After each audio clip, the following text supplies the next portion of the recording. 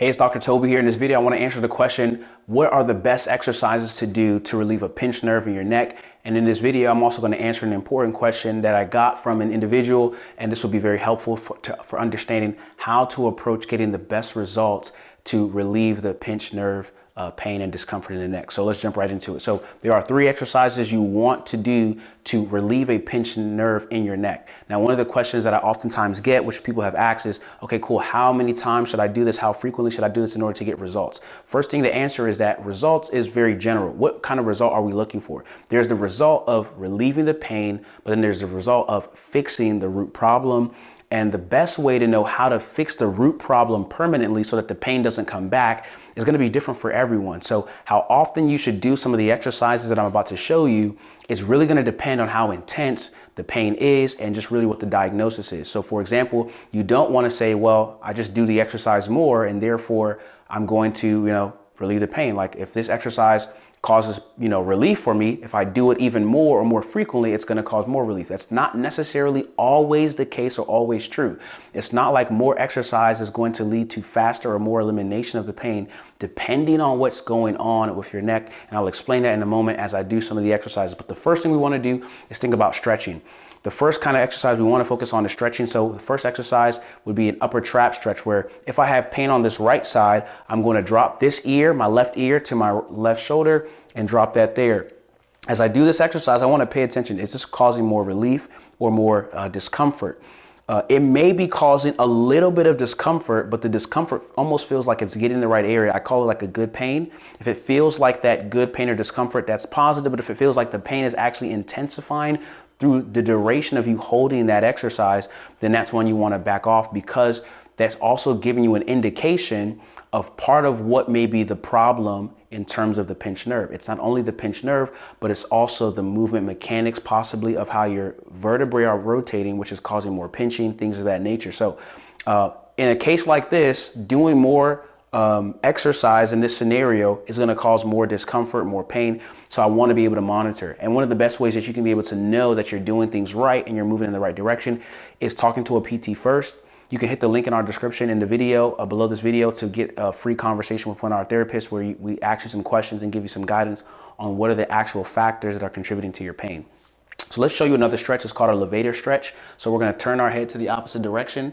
Again, assuming that the pain is on this side of my head or my neck on the right side, I'm going to turn the opposite direction, drop my head down, and just look at my shoulder and my underarm here or my armpit here. And I'm just relaxing, right? Just relaxing my head. Gonna feel that stretch down in this area.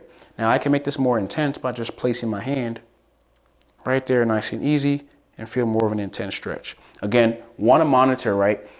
Am I feeling more pain or less pain or the same pain, right? How is that feeling? Because that's going to determine what I'm doing. But stretching is going to be an important part of helping us to address that pinched nerve. Now, we don't only want to address just the neck. We want to think about targeting the upper back as well and stretching that out. So let me show you one of the stretches that can be done for the upper back for how we can actually relieve this. So there's a couple of things that we can do. One, we can actually just do this stretch by stretching our deltoid area and giving a little bit of rotation to our trunk. So a cross body stretch, bring one arm across. Again, assuming that the pain is on this side, gonna bring one arm across, bring it under and stretch it. I'm gonna pull that away from my right shoulder, but I also wanna do a little bit of a rotation to my body, right? Because I'm stretching out some of the tissue that's there, and tense shoulders can also be responsible for pinched nerves in our neck. So let's keep that in mind. This is why we're doing this kind of stretch as well. When we're doing these stretches, we want to think about doing holds of different periods. We want to think about doing 3 sets and doing maybe 15-second hold, 20-second hold, 30-second hold. Now, how do I know which one I should do? Well, that's all going to be determined based on, number one, what's the root cause? Is this muscular?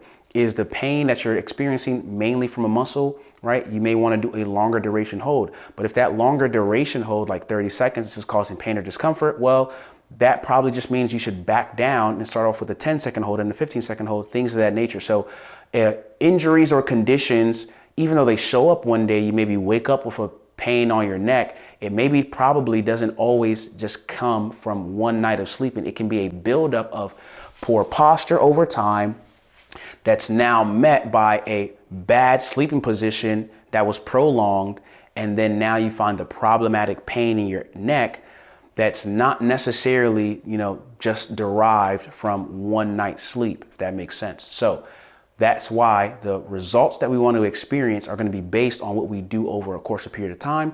And what we do over time in terms of how I do this stretch, maybe I stretch like this, 30 seconds, 15 seconds the first day, and then I feel better, and then I can stretch for like 30 seconds longer, things like that, and that feels even more relief. What I do over time may evolve to actually address the root problem. So there's a difference between the result of pain relief and the result of the root problem being fixed. So other exercise I can do in terms of a stretch is called a thread the needle. I'm gonna take one arm and I'm gonna just rest here and gonna feel that stretch in my middle back.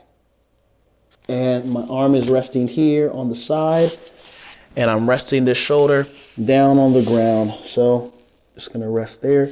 This is another way to be able to do that stretch. Again, we wanna monitor. The goal of doing these exercises is that more pain does not mean more progress. I actually wanna be looking for relief. And again, figuring out which exercise is gonna be best for me will vary, but talking to a therapist can also make a big difference as well. So those are some of the stretches that we wanna do. Another way that we can stretch or begin to actually address some of the root problems that cause pinched nerves is our mobility. So the mobility in terms of how our spine actually moves, how our vertebrae moves is big. So a simple exercise which can be done in the chair or on the floor is a cat camel. Go into this cat position and this camel position. So the biggest thing is that we want to make sure that we're not just shrugging our shoulders. We want to round our back and then arch our back,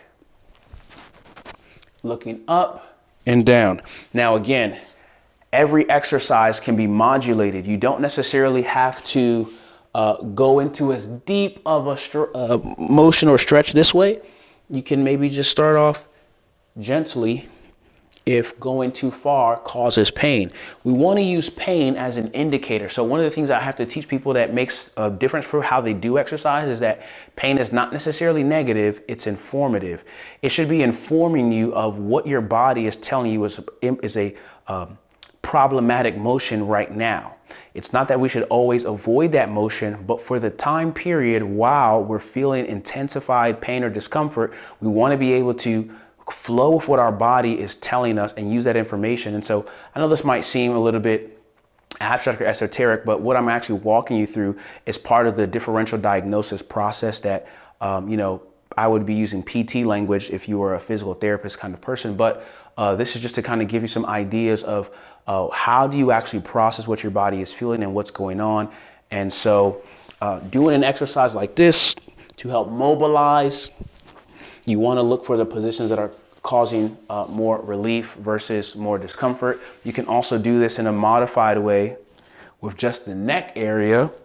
But again, the neck pain is not always coming from just the neck itself. It can be a result of the middle back and other areas that are surrounding. So if we only hyper laser focus into the neck, we can miss out on the true cause of the pain. We only get relief of the pain and we never fix the root problem. So even though I can do this exercise like this, I could also sit in a chair and round my back out, arch the back, round the back out, arch the back, and really help my body to adjust into a posture that I may not be used to adjusting into. So we talked about some stretching, we talked about some mobility, and the last thing we want to make sure that we do is really getting some strengthening in. So I'm going to show you an exercise that's a stabilizing and strengthening exercise, but it's kind of also mobility at the same time.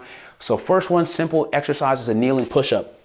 And why this is very, very important is because we can create counter pressure to open up our neck and our spine by getting our shoulder muscles from our shoulder girdle activated. So when we're here in this kneeling position, what we're going to do is go down and up.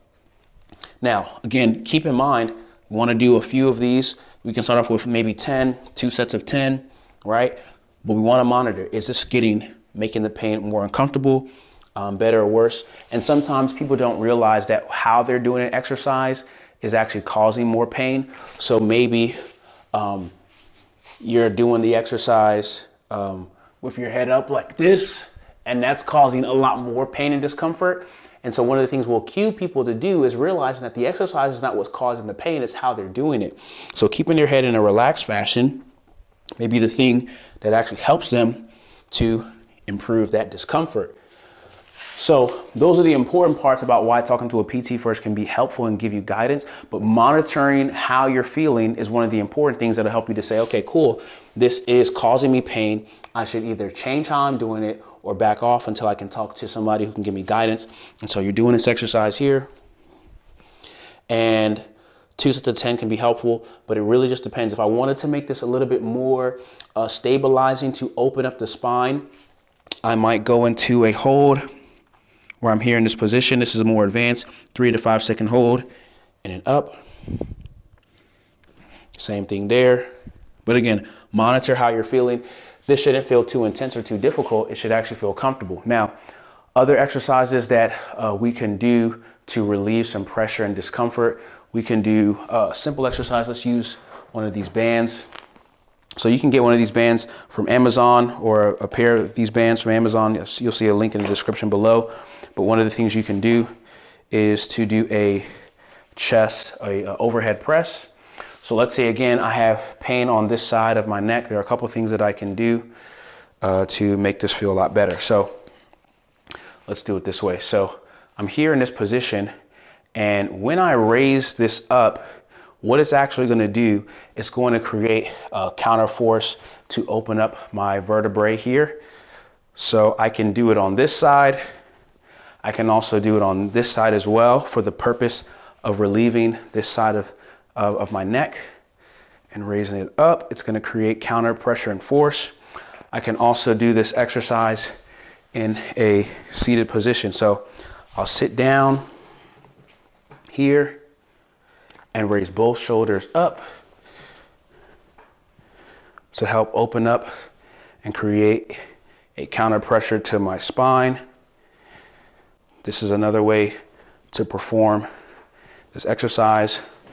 You could also use weights, obviously, but one of the things that's simplest for people to sometimes have stored in their home are resistance bands or things like that. Or even if you have a light weight at home, just really depends on what's number one, the diagnosis of the neck pain. And then number two, what is the current state in terms of severity of that pain and what's going to aggravate, what's going to modulate and decrease that pain. So not all exercises are made equal at all times. So some exercises are going to be relieving right now, and some exercises that are aggravating right now are going to be the exercises you need 2 weeks from now in order to take this from just being pain relieved to being permanently fixed and having this pain removed. So hopefully that all makes sense. But again, if you want questions to be answered, hit the link in the description. You can also leave a comment asking any question that you might have, which we do love to answer questions in the comments. And I would love to hear what stood out for you in this video the most. What did you learn? What was eye-opening for you?